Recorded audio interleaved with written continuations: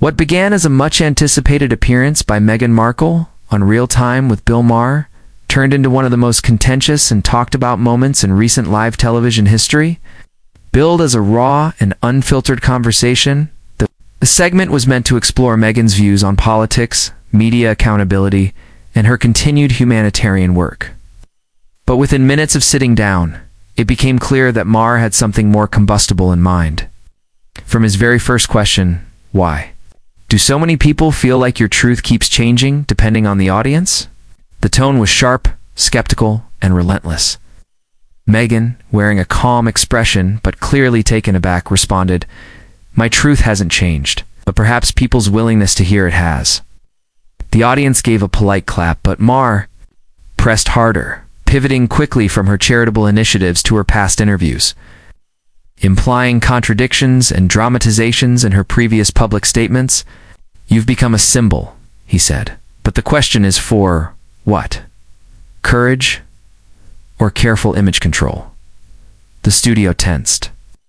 Meghan, unshaken, defended her record, citing work with women's shelters, education reform, and mental health. But Maher wasn't interested in rehearsed talking points. He interrupted, saying, "You sound like a politician, not someone who actually wants to be challenged." The exchange escalated rapidly. Meghan countered with a biting remark about Maher's own privileged perch as a media provocateur who hides behind sarcasm. "You've built a career mocking pain," she said. "I'm here to talk about fixing what causes it." That's when Maher leaned back, smirked, and delivered the now infamous line, "Then maybe you're on the wrong show. You're done here." The room went silent. Meghan unclipped her mic, stood up slowly, and walked off stage without another word. The stunned silence turned into chaotic murmurs. And just like that, a televised conversation meant to spark dialogue had instead sparked a media firestorm. The fallout from the explosive moment was immediate and intense. Within minutes of the live broadcast, clips of Meghan's walk-off and Maher's final jab were circulating across every major social media platform.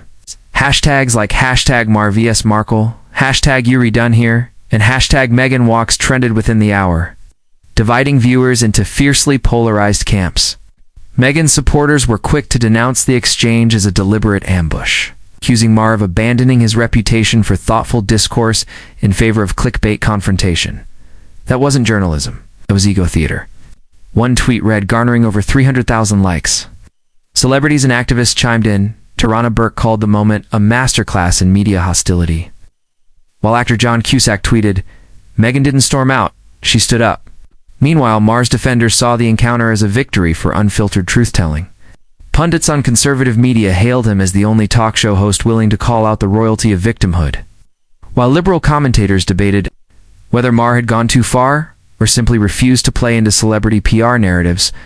The clash became fuel for both sides of the cultural divide, prompting fiery discussions across morning news panels, podcast breakdowns, and even late-night monologues. Advertisers affiliated with Real Time reportedly began issuing private inquiries to HBO about the direction of the show, concerned that the brand might be veering from edgy into explosive. Meanwhile, HBO executives remained publicly silent, likely watching viewership numbers soar while controversy brewed. Meghan's team issued a brief, composed statement the following morning. The Duchess agreed to a respectful exchange of ideas. She was met with disrespect and dismissal.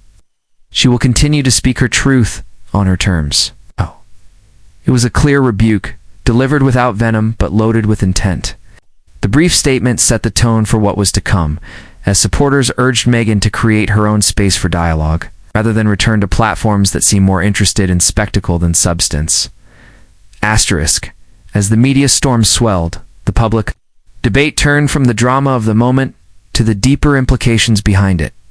Was Meghan Markle's ejection from Real Time the result of a calculated media trap, or the inevitable collision between two strong personalities with incompatible worldviews? Think pieces flooded major outlets. One columnist framed the clash as a generational conflict between institutional cynicism and modern vulnerability, painting Maher as the last of a dying breed of smug realists and Meghan as the face of a more emotionally transparent, socially conscious era. Others took aim at the broader system that enabled such a spectacle, accusing late-night media of becoming gladiator arenas dressed up as conversations. Maher, known for his biting wit and zero-filter interviews, doubled down in the next episode of his show, opening with a sardonic, "In case you missed it, royalty visited last week, didn't stay long."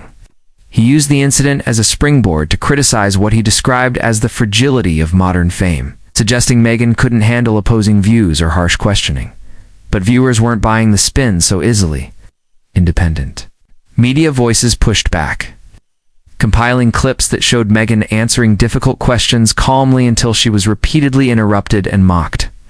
A media literacy professor went viral for her breakdown of the segment, showing how Maher used framing and tone to destabilize his guest from the start.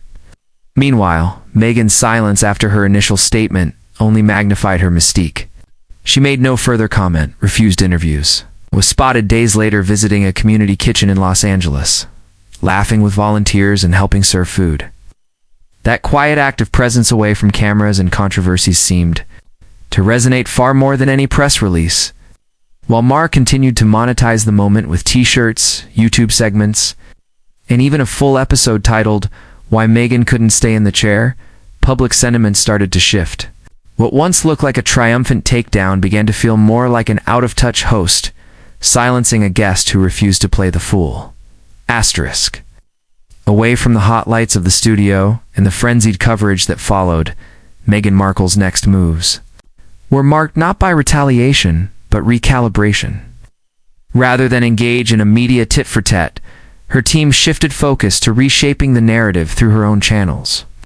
A week after the incident, a new video surfaced on her foundation's website. Meghan sitting in a sunlit library, speaking with young women about leadership, mental health, and public pressure. There were no mentions of Bill Maher or the now-viral walkout, just quiet, substantive dialogue about purpose and resilience. The message was subtle, but clear. She had no intention of defending herself in arenas built to mock her. The public began to take notice. Supporters praised her composure, saying she had managed to exit a toxic space with dignity and re-enter a more meaningful one on her own terms. At the same time, critics of Maher's approach began raising questions about his show's editorial direction. Former staffers anonymously described internal discomfort with the handling of the Meghan interview, saying the tone was premeditated and encouraged by producers looking for a viral moment. Meanwhile, ratings for Real Time spiked briefly, then plateaued, suggesting the clash generated curiosity but not loyalty. Some longtime viewers even admitted that Maher's behavior felt less like classic irreverence and more like bullying cloaked in satire. On social media, the tone had shifted too, where the first wave of reactions was chaotic and divided. The next phase brought reflection. People began dissecting the broader issue: how women, particularly women of color, are often invited to public forums under the guise of inclusion, only to be talked over, minimized, or made into clickbait. As the smoke cleared, what lingered was not just outrage, but exhaustion with the constant spectacle, the performative debates, and the spaces where discourse had become just another form of digital blood sport. Meghan's choice to disengage began to look less like avoidance and more like strategy. Asterisk.